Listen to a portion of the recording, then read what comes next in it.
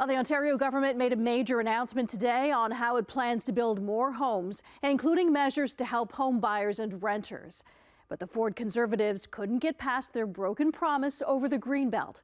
Al Sweeney has the story.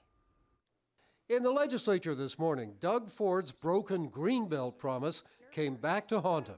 Before last year's election, the Premier promised up and down that he would not touch the Greenbelt. But on November 4th, the Minister of Municipal Affairs and Housing broke the Premier's promise. Moms, if you love the environment!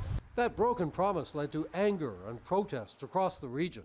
Today, critics were demanding another promise, that it won't happen again. Will the Premier rule out any further removals of land from the Greenbelt, yes or no? The government dodged the question. It's Easter, Mr. Speaker. The Ontario economy has risen from the dead, which was what the Liberals and NDP brought to this province, and we're on the right track. And the government announced plans for a series of new changes, many of them meant to streamline land use planning with municipalities and get houses built faster, including more possible development on farmland. Some other changes stand out. It's considering a cooling-off period for people who buy new homes, like the current cooling-off period for condo buyers. It also focused on a series of changes for renters that were announced earlier, like measures to clear the landlord and tenant board backlog, reinforcing rules against evictions, and clarifying the rights of tenants to air conditioning.